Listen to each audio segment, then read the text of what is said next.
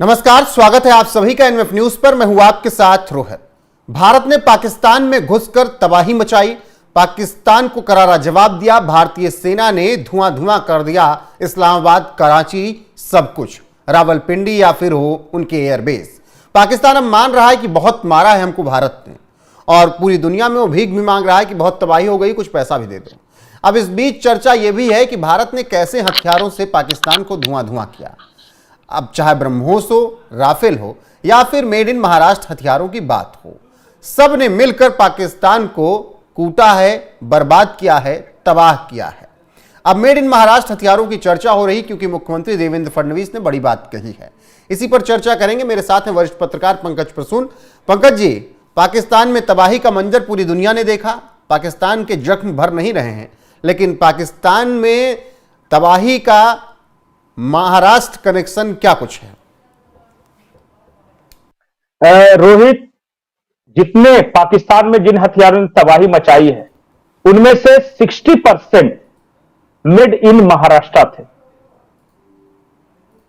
और make in India initiative के तहत महाराष्ट्र सरकार ने जो काम किया है, इससे पहले टर्म्स में देवेंद्र फडणवीस ने, और फिर एकनाथ शिंदे ने, और फिर देवेंद्र फडणवीस ने, वो भारत को बहुत ज्यादा पता है नहीं, लेकिन काम बहुत हुआ है।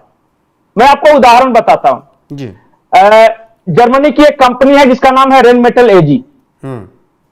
रेनमेटल एजी और रिलायंस डिफेंस ने मिलकर भारत का सबसे बड़ा डिफेंस फैक्ट्री बनाया है। रत्नागिरी जिले के एक एरिया है, वटाड नाम है उसका।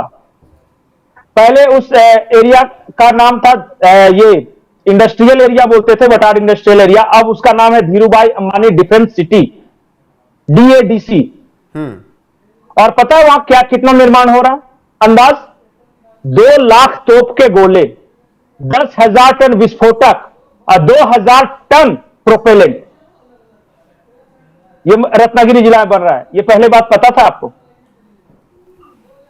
इसके अलावा जो रक्षा सौदा में देखिए, डसल्ट एविएशन और थेल्स ग्रुप साझेदारी कर चुकी है, और उसके साथ रिलायंस डिफेंस ने साझेदारी की। ये सब महाराष्ट्र में बन रहा है।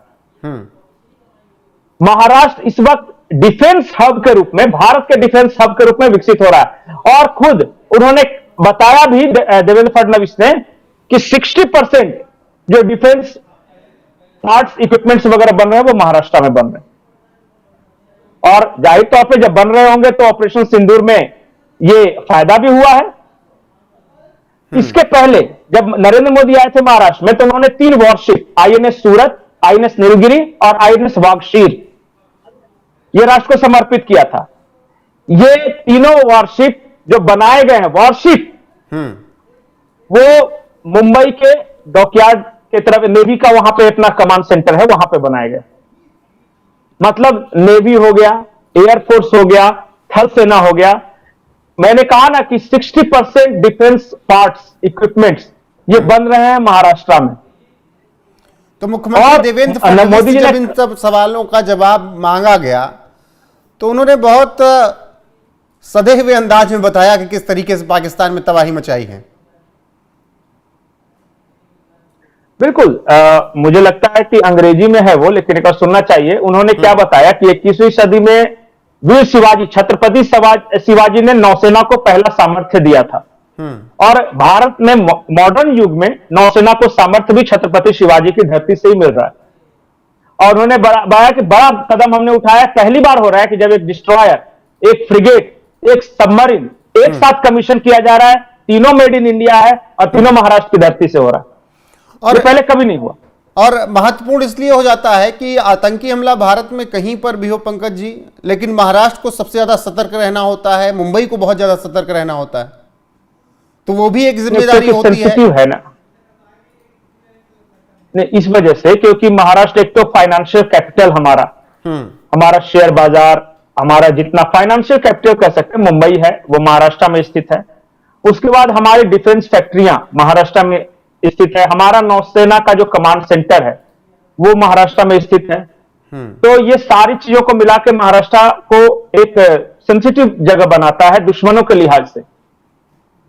और इस वजह से भी वहां आप देखे होंगे कि टेररिस्ट के नजर में भी पहला वो टारगेट रहता है। मुंबई हमला महाराष्ट्र में हुआ, मुंबई में बम विस्फोट हुए, उसके बाद आप देख रहे होंगे उस दौर में हमेशा महाराष्ट्र टारगेट पे रहता था। मालेगांव से लेकर अहमदनगर, फिर नागपुर में धमाके हुए थे, वो सब देख रहे थे।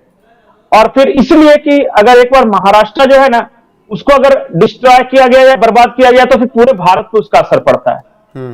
और इसीलिए अभी और भी मैं बता रहा था मेक इन इंडिया कैसा इनिशिएटिव ले रहे हैं। अभी बीएमसी कुछ दिन पहले एक रेस्क्यू मशीन खरीद रही थी, वो टर्की से खरीदा जाना था, इन्होंने रद्द कर दिया। एकनाथ शिंदे और देवेंद्र फडणवीस ने मिलकर कहा कि नहीं, टर्की ने पाकिस्तान की मदद की है, हम उससे माल नहीं खरीदे। अब वो मेक इन इंडिया के तहत भारत में निर्माण हो रहा है, महाराष्ट्र में ही। कहते हैं ना, जो खुददारी होती है बहुत महंगी चीज होती है। बिल्कुल। और देखिए, इस कार्यकाल की बात करें, फडणवीस का जब जिक्र आ गया है तो उस कार्यकाल की भी बात कर ली जाए। जब इस कार्यकाल में आए तो उन्होंने 2-3 काम बहुत तेजी से किए। एक तो पहले महाराष्ट्र में उन्होंने कहा कि जगह चिन्हित किया जाए, जहां पर भी अवैध निर्माण है, घुसपैठिए हैं, उन सबको हटाया जाए, साफ किया जाए, जमीन मुक्त कराई जाए। दूसरी बात उन्होंने कहा कि समुद्र के किनारे जो भी घुसपैठ किया गया है, जो भी कब्जा किया गया, उसे साफ किया जाए, क्योंकि बहुत सेंसिटिव है। पिछली बार भी समुद्र के रास्ते से ही कसाब जैसे आतंकवादी और दरिंदे आए थे। अब ये 2 काम तो सबसे पहले उन्होंने किया। इसके अलावा डिफेंस की जब बात आई तो उन्होंने कहा कि हमारे हथियारों ने ऑपरेशन सिंदूर में प्रूव कर दिया कि हम दुनिया से टक्कर लेने के लिए तैयार हैं। एक चीज और है कि महाराष्ट्र जो है ना, मेक इन इंडिया इनिशिएटिव में अभी भारत के अधिकांश राज्यों से आगे हैं। मुझे नहीं पता 1-2 होंगे तो होंगे। अभी आपको पता है कि मुंबई अहमदाबाद बुलेट ट्रेन क्या काम चल रहा है, उसमें एक स्टील ब्रिज बना है और पूरा steel bridge make in India के तहत बनाया गया।